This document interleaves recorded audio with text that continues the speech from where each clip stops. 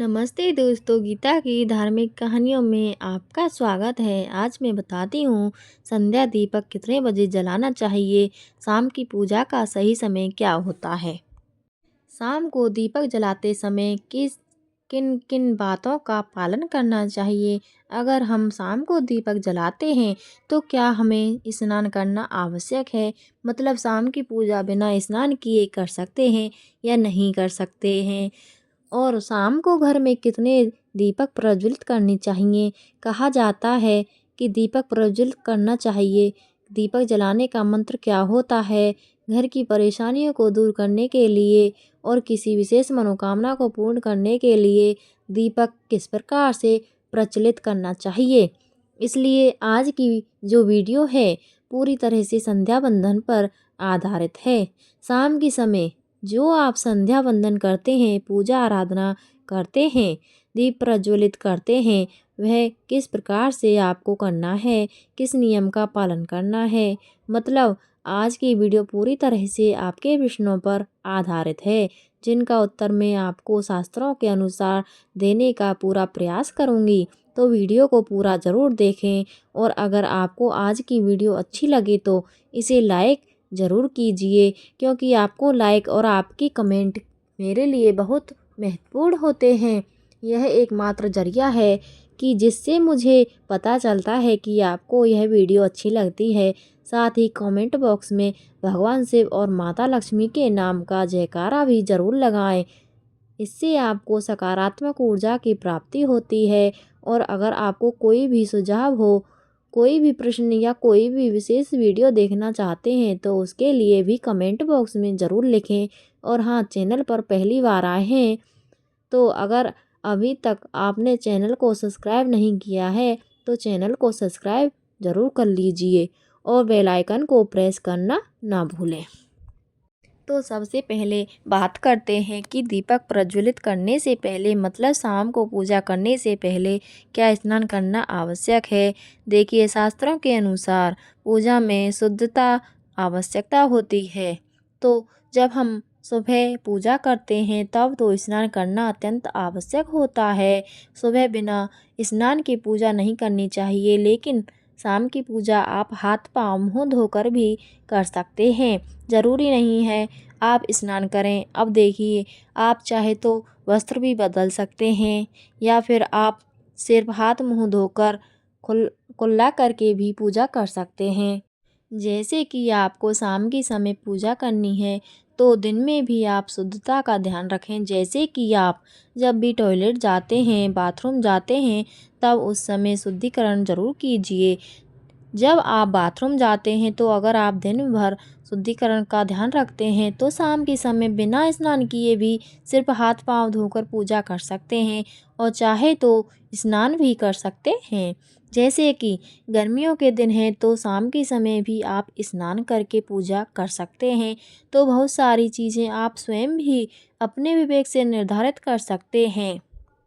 आपका अगला प्रश्न है कि शाम की पूजा में दीपक किस समय जलाना चाहिए। तो देखिए, शाम को जो पूजा का समय होता है वह प्रदोष काल का समय होता है।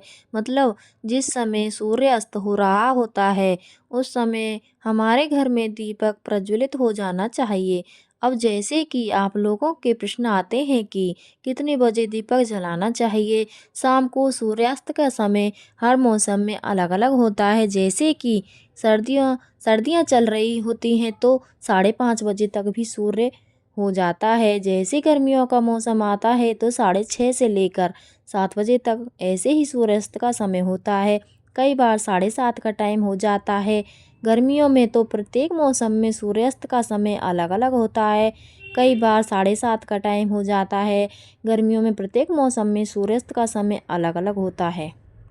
इसलिए एक सही समय बताना कि इसी समय आप दीप प्रज्वलित करें तो यह बहुत मुश्किल होगा और यह ठीक भी नहीं होगा।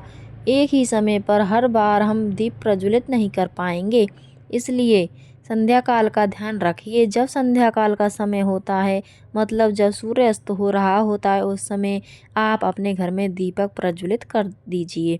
और अब बात करते हैं कि कितने दीपक आपको अपने घर में प्रज्वलित करने चाहिए। शास्त्रों के अनुसार संध्या काल में प्रतिदिन अपने घर में प्रज्वलित करने चाहिए। शास्त्रों के अनुसार संध्या काल में प्रतिदिन अपने घर के मुख्य द्वार पर एक दीपक जरूर जलाना चाहिए। इससे क्या होता है कि शास्त्रों के अनुसार शाम के समय संध्या काल में लक्ष्मी माता और उनकी बहन दरिद्रता दोनों ही भ्रमण कर पर निकलती हैं, तो जिस घर के मुख्य द्वार पर दीपक प्रज्वलित होता है उस घर में महालक्ष्मी प्रवेश कर जाती हैं, और जिस घर के मुख्य द्वार पर दीपक नहीं जल रहा हो उस घर में दरिद्रता प्रवेश कर जाती हैं।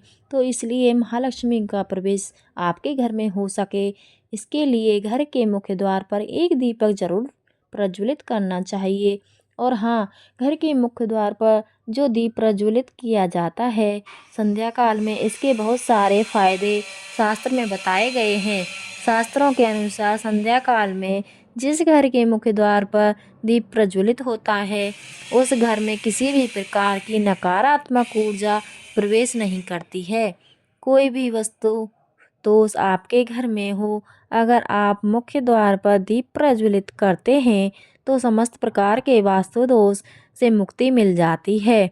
और अगर आपके घर में पितृ दोष होता है जिसकी वजह से परेशानियां आपके घर में बनी हुई हैं, तो घर के मुख्य द्वार पर जो हम दीप प्रज्वलित करते हैं इससे घर का पितृ दोष भी समाप्त हो जाता है।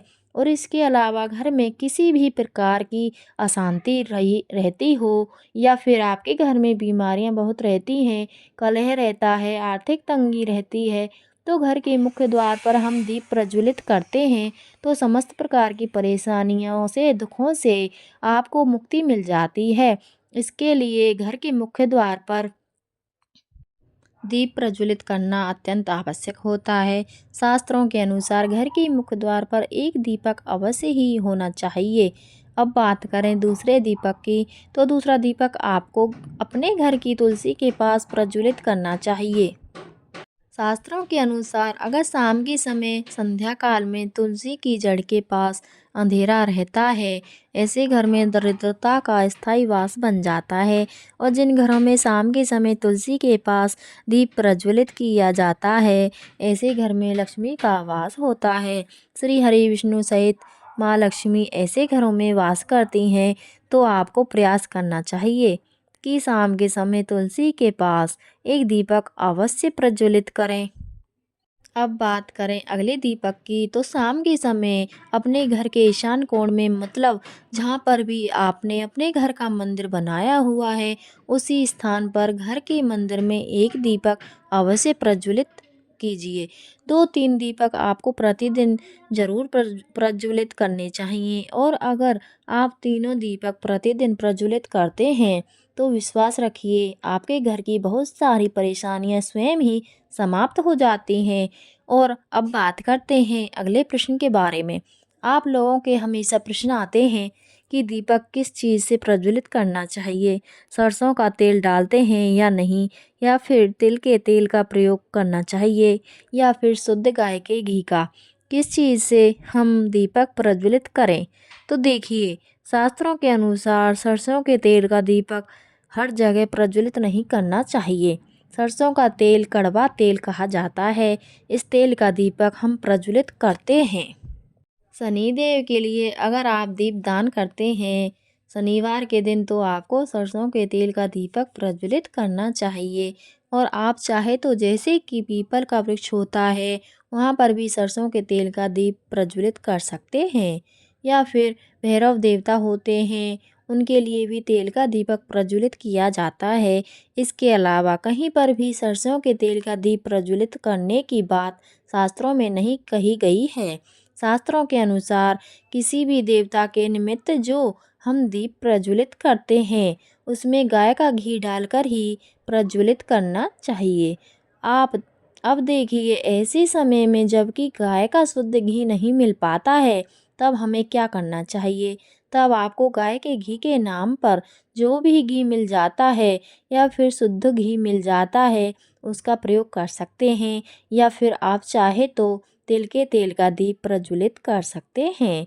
तो प्रतिदिन जो आप दीपक प्रज्वलित करते हैं अपने घर में, चाहे आप घर के मुख्य द्वार पर प्रज्वलित करें या फिर तुलसी के पास प्रज्वलित करते हैं या फिर घर के ईशान कोण में प्रज्वलित करते हैं, तो सभी दीपक आप तिल के तेल या शुद्ध घी का प्रज्वलित करें।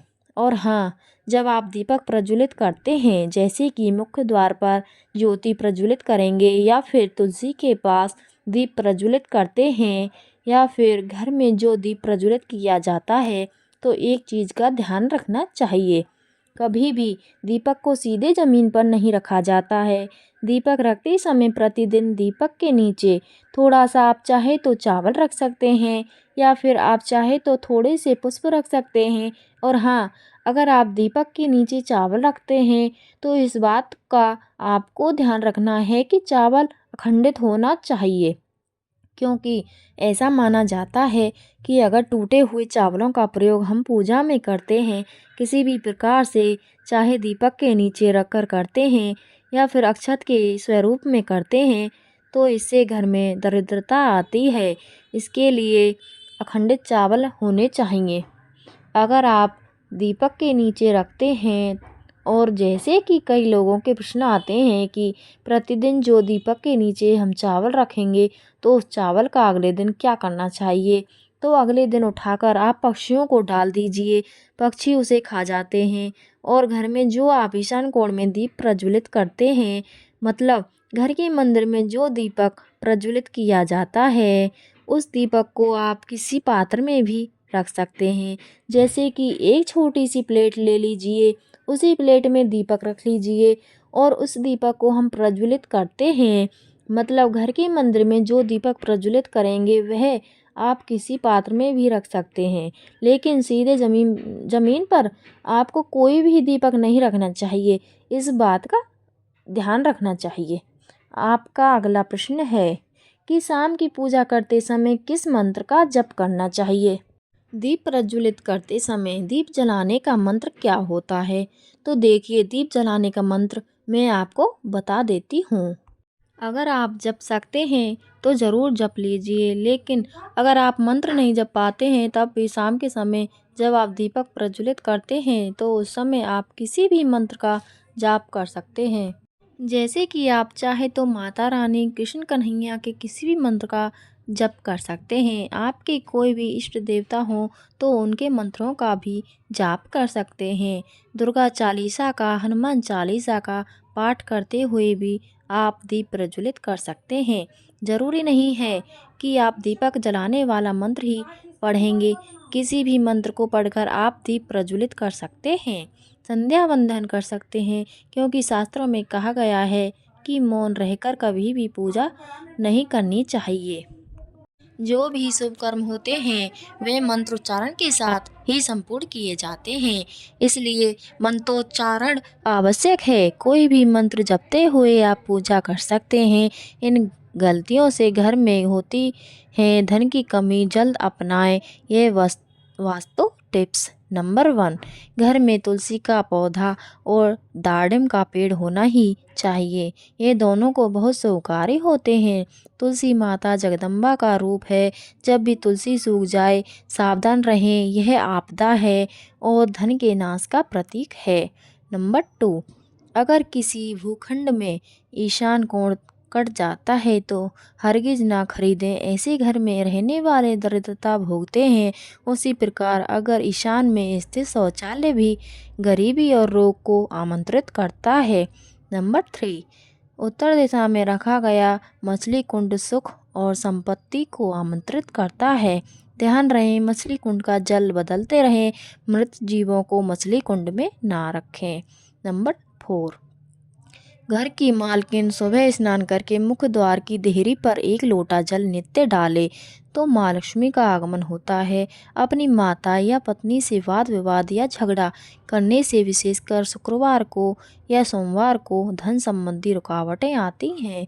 नंबर 5, प्रत्येक अमावस्या को घर का सारा फालतू सामान बेच दें या बाहर निकाल दें। इससे घर में सुख शांति रहती है और आर्थिक रूप से सक्षम बनते हैं।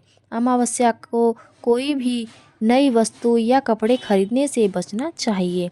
नंबर 6, शाम के समय कोई मेहमान या सुहागिन स्त्री आती है तो उसका सम्मान करके जलपान कराएं।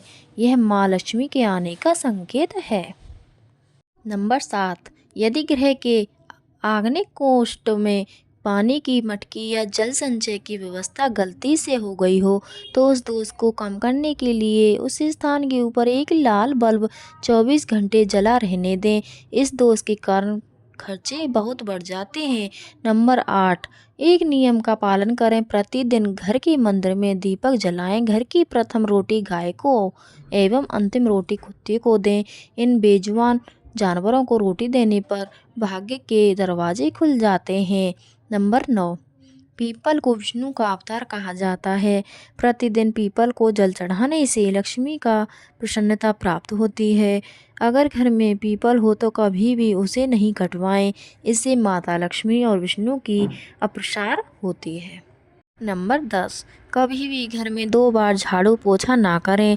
एक बार के झाड़ू पोछा से नकारात्मक ऊर्जा समाप्त होती है तो दूसरी बार करने से सकारात्मक ऊर्जा समाप्त हो जाती है और देवी देवताओं का पालन हो जाता है।